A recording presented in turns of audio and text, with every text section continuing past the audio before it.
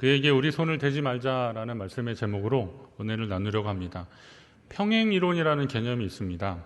서로 다른 시공간에 존재하는 서로 다른 사람의 운명이 같은 식으로 반복된다라고 하는 그런 개념인데요. 창세기 말씀을 평행이론의 관점에서 보면 흥미로운 사건들이 많이 있습니다. 아브라함과 그의 아들 이삭이 그의 행적이 좀 비슷합니다. 애굽과 블레셋에서 아내를 누이라고 하는 것이 좀 닮았습니다. 아내를 누이라고 하면서 자기의 위기를 좀 모면하려고 하는 그런 방식이 닮았습니다. 야곱과 그의 아들들 생애 가운데 일어나는 일들도 방식이 좀 비슷합니다. 장자의 축복을 받으려고 애썼던 야곱이 그 목적을 이루기 위해서 욕심내고 또 남을 속이는 일들을 했는데 아들들 때 이게 비슷한 일들이 재현되고 있습니다. 오늘은 야곱이 특별히 채색 옷을 입히면서까지도 사랑했던 아들, 채색 옷을 입히면서까지 그렇게 입히면서 사랑했던 아들 요셉이 애굽으로 팔려가는 그런 내용입니다. 요셉이 애굽으로 팔려가는 것은 창세기 전반으로 보면은 굉장히 큰 전환점이 되는데요. 그 전환점의 그 시점에서 이 사건도 야곱과 그의 아들들 사이에서의 평행 이론으로 보면 좀 흥미롭게 우리가 볼 수 있습니다. 자녀가 많으면 이제 가지 많은 나무처럼 이렇게 얘기하잖아요. 이 가지 많은 나무 야곱은 그의 생애 가운데 아들들 때문에 얼마나 마음고생을 많이 했는지 모릅니다. 하지만 하나님은 그러한 가운데서도 계획과 섭리로 역사하셨음을 우리는 볼 수 있습니다. 하나님이 우리를 사랑하시고 우리와 언제 함께 하시는 것이 분명하다면 오늘 일어나는 일들 중에서 우리가 그것을 다 알든 모르든 하나님 뜻과 상관없는 것은 하나도 없다라는 전제로 여러분의 삶을 보시고 성경을 보신다면 오늘 그 가운데 있는 하나님의 뜻이 무엇인지를 다시 한번 깨닫게 될 것입니다. 결국 우리는 하나님의 약속 안에 산다고 하면서도 하나님의 뜻과는 상관없이 사는 자들에 대해서 하나님이 참아주시고 또 기회 주시는 그런 분이시라는 것을 알게 됩니다. 우리가 그것을 의지하고, 그러니까 그것을 깨닫고 하나님의 뜻을 의지하면서 살아가든지 그렇지 않든 간에 하나님은 그러한 사건들 속에서 하나님의 뜻은 계속 진행되는 것을 우리가 볼 수 있는데, 그럼 어떤 사람들이 복된 사람들이냐?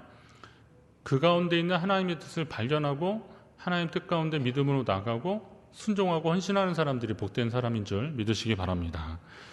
순종하고 헌신하지 않아도 하나님은 일하시는 분이잖아요. 그럼 이왕이면 그 뜻을 깨닫고 믿음으로 나아가는 사람들이 하나님이 귀히 보시고 그 사람들을 하나님이 귀히 보시고 함께 하실 것입니다. 그렇다면 오늘 여러분에게도 이 은혜가 임하기를 주의 이름으로 축원합니다.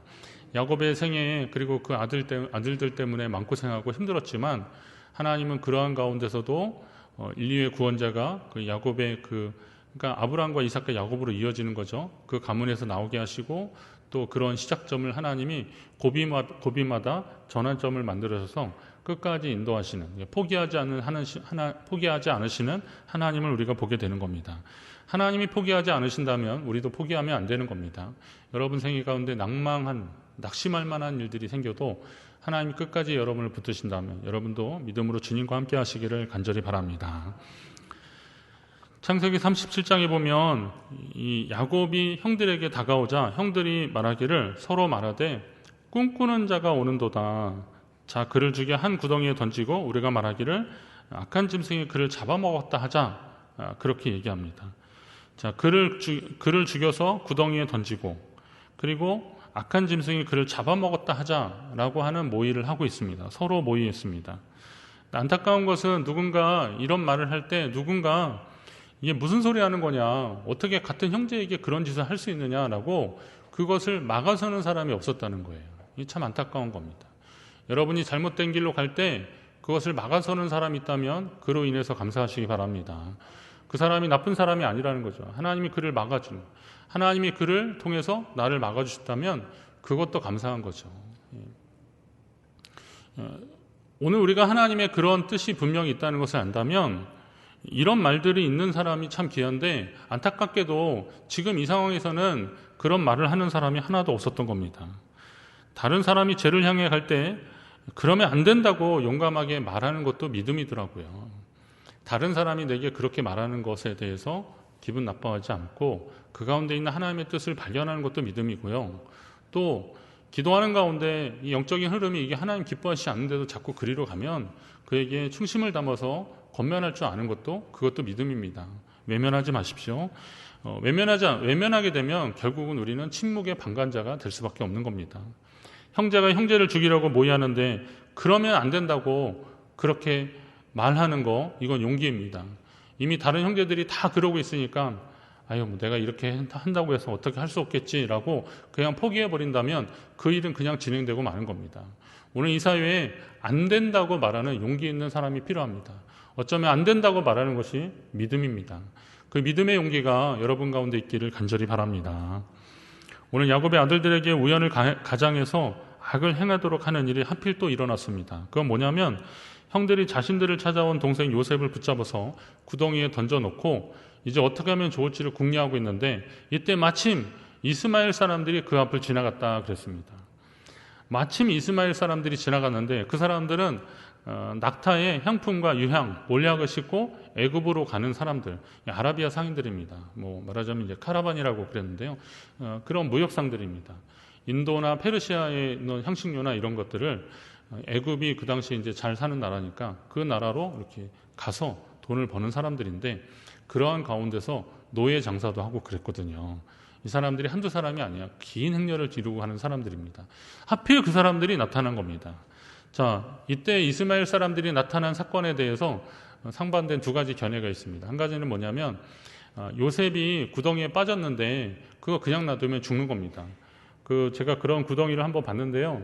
이게 여기서 말하는 구덩이는 어떤 구덩이냐면 그 깊은 우물로 쓰던 것이었는데 더 이상 이제 우물은 사용되지 않고 그냥 아무 지나가는 사람도 없으면 그냥 거기 빠져서 그냥 죽는 겁니다. 죽을 때 죽는 것을 기다릴 수밖에 없고 스스로 나올 수도 없습니다. 누가 건져주지 않으면 끌어올려주지 않으면 나올 수도 없는 상황. 요셉이 바로 그런 상황이 있었는데 이 상인들이 지나가게 함으로써 하나님이 그를 살려주신 하나님의 사자다 이렇게 보는 관점이 있습니다. 그러나 아무리 좋게 생각해도 요셉의 형들이 하나님의 뜻과 섭리를 이해하고 자발적으로 순종하면서 요셉을 넘긴 것은 아니기 때문에 하나님의 사자라기보다는 그 형들의 죄가 핑계거리를 찾게 되는 그런 상황이 돼버리고 만 거예요. 하필이면 그 이스마엘 사람들, 이 아라비아 상인들이 지나갈 때 하필 그때 지나갔다는 거예요. 저는 이 상황이 우리가 좀 유심히 잘 봐야 되는 상황이라는 겁니다. 죄는 죄악에 대해서 우호적인 사람들에게 슬며시 다가오는 겁니다. 단절하잖아요. 끊어버리잖아요. 그러면 다시는 그렇게 접근도 못할 텐데 글쎄요, 혹시 모르겠네요. 이렇게 자꾸 뜨뜻미지근하게 얘기하잖아요. 그러면 자꾸 시도가 되는 겁니다. 그리고 이번 사건을 통해서 우리가 또 한 번 더 볼 것은 이 사건 좀 앞에 같은 사건이라고 보면 되는 겁니다. 르우벤이 말하는 겁니다. 르우벤이 21절에 보면 다른 형제들에게 요셉을 그들의 손에서 구원하려 하여 우리가 그의 생명은 해치지 말자 이렇게 얘기했다고 합니다.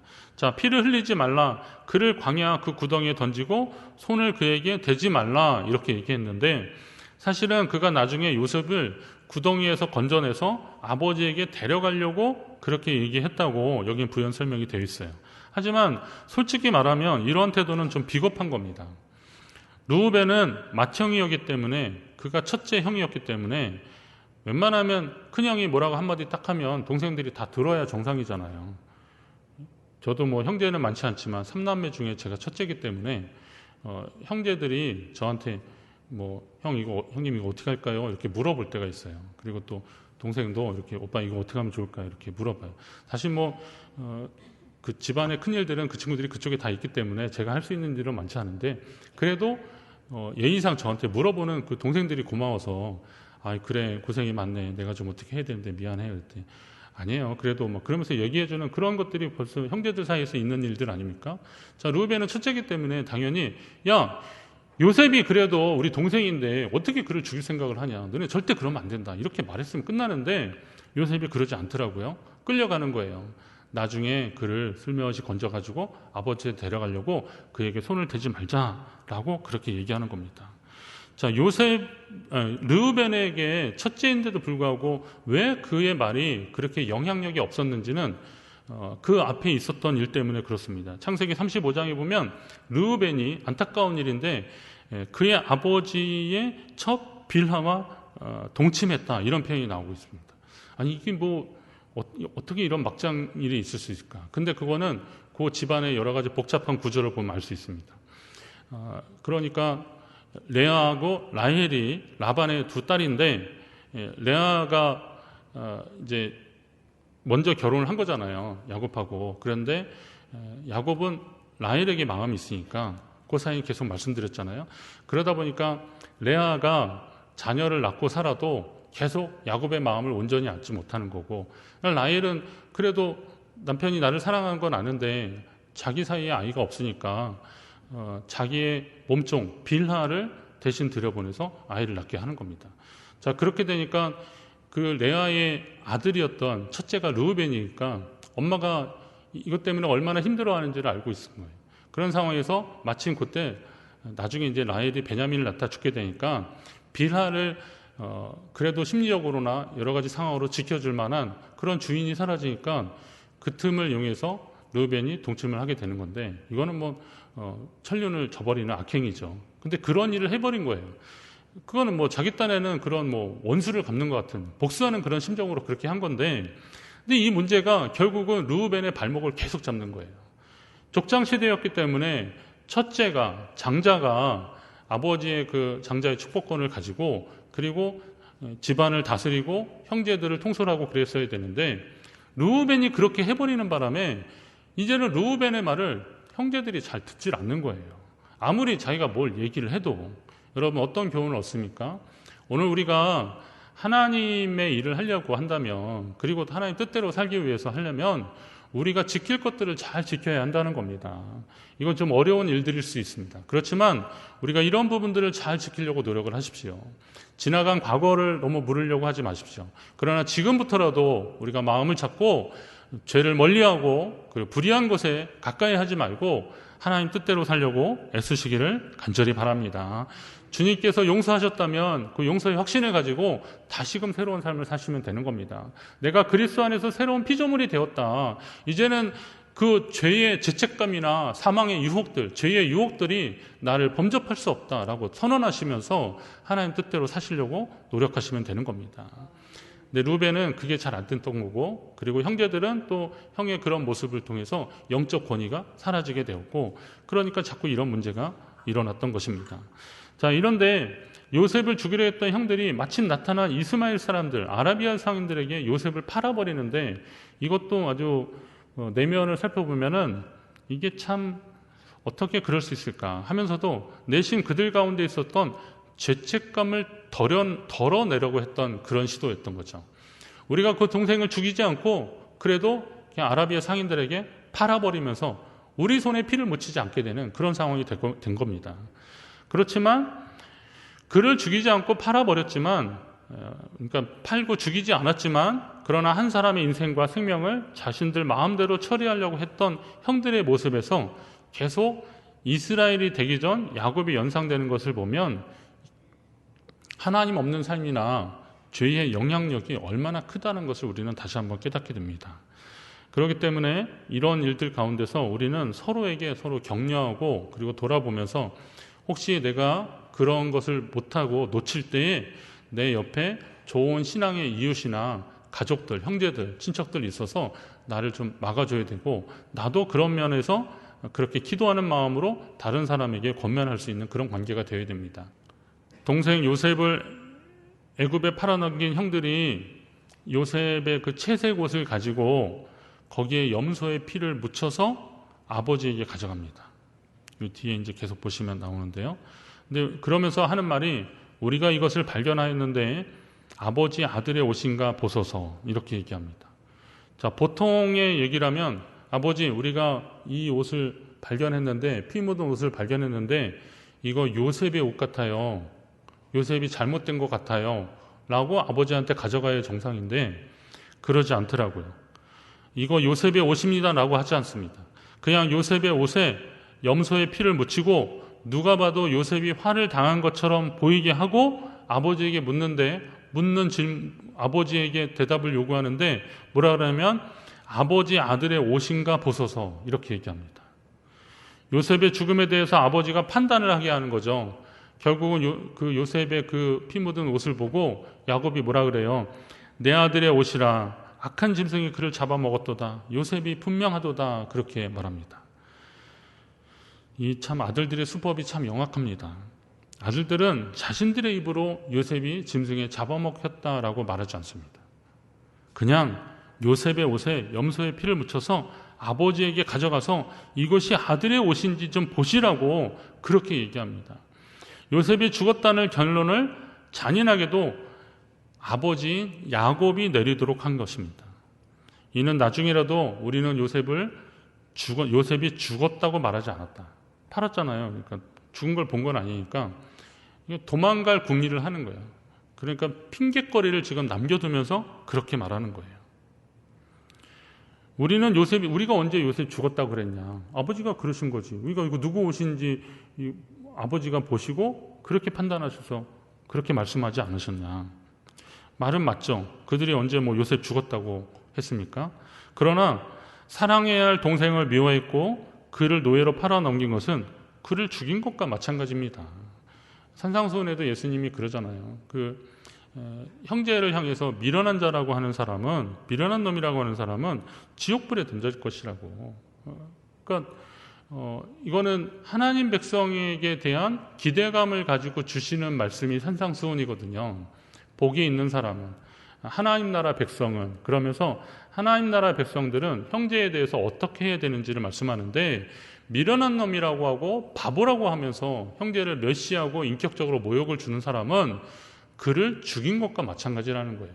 그러니 그런 사람은 지옥불에 들어갈 거라고 말씀하는 것도 아주 강력한 주님의 말씀입니다. 자, 그러면 그들이 비록 죽이지 않아도 그 사랑하는 동생을 죽음으로 내모른 것, 그를 죽인 것과 마찬가지라는 거죠. 그리고 요셉의 죽음이라는 결론도 비록 아버지가 내렸지만 그렇게 믿도록 상황과 증거를 조작해서 아버지에게 가져가서 속인 그들의 행동은 살인 그 이상의 중한죄를 이미 저지른 것입니다. 자, 시작하면서 말씀드린 평양 이론과 같은 상황이 야곱과 그의 아들들 사이에서 일어나고 있는데요. 인간적인 의도로 살면 이 평행 이론과 같은 사건은 계속 일어날 수밖에 없습니다. 왜냐하면 인간의 본성에 충실한 삶은요, 하나님과 거리가 먼 거고, 그리고 인간의 본성에 충실한 삶은 계속 죄와 가까운 삶을 살 수밖에 없는 거거든요. 그렇기 때문에 무슨 평행이론이나 이런 말을 하지 않아도 계속 그런 악순환은 일어날 수밖에 없는 거예요. 그럼 이 고리를 끊으려면 어떻게 하셔야 돼요? 돌아서야 되는 거예요. 회개한다는 것이 가던 길을 돌아서다 이런 말이거든요. 죄의 길로 가던 길을 돌아서야 되는 거고, 하나님을 향해서 믿음으로 나아가는 용기가 필요한 겁니다. 믿음으로 나아가는 용기는 죄를 짓지 않는 것으로만 끝나는 것이 아니라 죄를 죄라고 말하면서 이러면 안 된다고 하는, 아까 그 믿음의 용기 제가 말씀드렸는데, 그러한 믿음의 태도가 우리 가운데 계속 일어나야 되는 겁니다. 나는 그리스도와 함께 십자가에 죽었다라고 말해야 되는 겁니다. 이게 좀 쑥스럽고 불편할 수도 있지만, 그러나 내가 그렇게 선포함으로 인하여서 내가 주님의 자녀로서 믿음의 길로 들어가야 되는데, 그냥 그에게 손대지 말자라고만 그냥 적당하게 말해가지고는 우리의 이런 문제들이 근본적으로 해결되지 않는다는 거예요. 그러면 여러분 잘 생각해 보십시오. 우리 삶에 있어서 나쁜 의미의 평행 이론이 반복되지 않기 위해서는 우리는 죄와 단절해야 되고 하나님에게로 나아가야 되는데, 그러려면 어떻게 해야 됩니까? 오늘 이렇게 말씀을 들을 때 결단하시기 바랍니다. 그리고 그런 모양이 우리 가운데 스물스물 들어올 때 과감하게 단호하게 내치십시오. 그리고 하나님 기뻐하시는 그 길을 향해서 나아가시기를 간절히 바랍니다. 그에게 우리 손을 대지 말자라는 제목의 말이 누군가에게 해를 끼치지 않는 의도로 그렇게 말한 거라면 얼마나 좋겠습니까? 하지만 오히려 그를 죽이는데 우리의 손에 피를 묻히지 말자는 그런 의도로 말한 거라면 이건 충격입니다. 창세기 37장 전반에 보면 그에게 우리 손을 대지 말자라는 말을 한 두 사람이 말하는데, 첫 번째 말한 사람은 르우벤입니다. 여기 37장 그 앞부분에 보면 그렇게 말했잖아요. 그리고 두 번째는 넷째 형인 유다가 그렇게 말하는데, 첫째 르우벤은 그렇게 말해놓고 나중에는 구덩이에 꺼내서 아버지에게 데려가려고 그랬다 그러지만, 아라비아 상인들이 요셉을 데리고 간 다음에 나타나요. 그건 어떤 상황이었어요? 말은 그렇게 해놓고요, 슬그머니 자리를 회피한 거예요. 그가 정말 요셉의 생명을 지키려고 했고 그에게 그런 일이 일어나지 않게 하려 했다면 그 자리를 떠나지 않고 지켰어야 되는데 슬그머니 딴 데 갔다 와가지고 하는 게 뭐예요? 옷을 찢고 통곡하는 거예요. 어떻게 이런 일이 일어날 수 있냐고 그렇게 말하는 거예요. 이건 참 비겁한 겁니다. 그런데 유다가 오늘 본문의 내용처럼 그러는 거죠. 우리가 우리 동생을 죽이고 그의 피를 덮어둔들 이게 뭐가 유익하겠느냐. 자, 그를 이스마엘 사람들에게 팔고 그에게 우리 손을 대지 말자. 그는 우리의 동생이요 우리의 혈육이니라. 약간 말이 약간 모순적이죠. 그런데 여기에서 유다의 고민을 우리가 한번 좀 보게 되는 겁니다. 저는 유다가 잘했다는 말로 말씀드리는 건 아닙니다. 그러나 이 어쩔 수 없는 상황에서 유다는 길을 자꾸 찾는 것을 우리가 보게 되는 겁니다. 이미 형제들은 그를 그렇게 죽이려고 하고 이건 바뀌었다가는 이것도 자기도 어떻게 될지 모르는 그런 상황. 형제들은 이미 요셉을 죽이려고 하는데 이런 상황 속에서 어떻게 하면 이 동생을 그래도 죽이지 않고 이를 살려줄까? 그러다가 그에게 손을 대지 말자라고 이야기를 하는 겁니다. 지금의 상황을 원래대로 돌이킬 수는 없지만 차선의 악으로 동생이고 혈육인 요셉을 죽인들 무엇이 유익하겠느냐라고 형제들을 설득하기 시작합니다. 그리고 이스마엘 사람들 앞에 그 사람들에게 팔고 그에게 우리의 손을 대지 말자라고 이야기합니다. 물론 처음부터 안 된다고 말이고 동생을 보호했으면 더 좋았을 것입니다. 그러나 우리가 가끔 사용하는 어쩔 수 없는 상황, 어쩔 수 없는 상황. 자, 이 어쩔 수 없는 상황이 우리를 괴롭게 만들더라고요. 이 어쩔 수 없는 상황이 우리를 심적으로 부담스럽게 만들더라고요. 그러나 이 어쩔 수 없는 상황에서도 우리는 포기하면 안 되는 겁니다. 세상이 다 그런다 그래도 포기하면 안 되는 겁니다. 하나님의 방법을 찾으려고 또 애쓰고 또 애써야 되는 겁니다.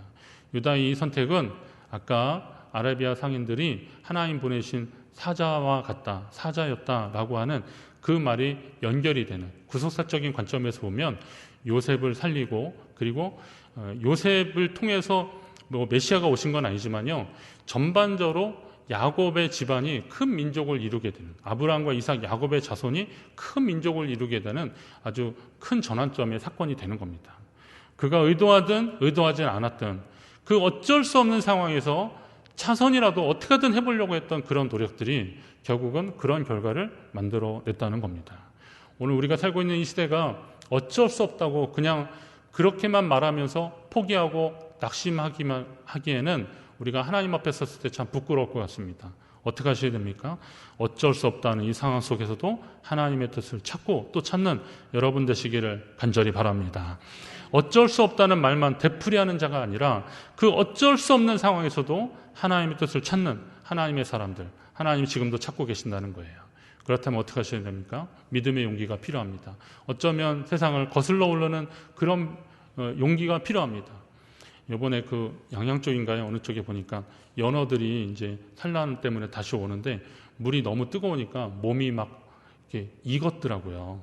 그러니까 작은 이렇게 스치기만 해도 거죽이 벗겨지고 상하고 그러는데요. 그런데도 연어들이 그 본능으로 막 오는 거예요. 그러니까 이거는 영적인, 이제 믿음의 관점으로 보면 영적인 본능이고 물은 저쪽으로 흘러가는데 그걸 거슬러서 오는 거예요. 날도 덥고 이러면 이게 우린 여기까지인가 보다 그냥 포기하고 그냥 손 놓으면 그냥 물 가는 대로 떠내려가서 그냥 죽을 수도 있는 건데 그럼 끝나는 건데 어차피 산란하고 죽는 거니까. 그런데 포기하지 않고 끝까지 거슬러 올라가는 걔네들 보면서 그 뭐 보니까 뭐 다 벗겨지고 그냥 상처투성이고 그러더라고요. 그런데도 포기하지 않는 그런 삶을 보니까 믿음의 사람들은 우리가 주에게서 낳고 주로 말미암고 주에게로 돌아가는 사람들인데 하나님이 우리의 본향이라고 한다면 포기하지 않고 끝까지 믿음으로 살아가는 삶의 태도, 어쩔 수 없다고 하는 핑계보다는 어쩔 수 없는 상황이라는 이유보다는 오늘 우리가 포기하지 않고 믿음으로 나갈 때 하나님 우리와 함께 하실 줄로 믿습니다. 저 여러분이 그런 삶을 사시기를 주의 이름으로 축원합니다.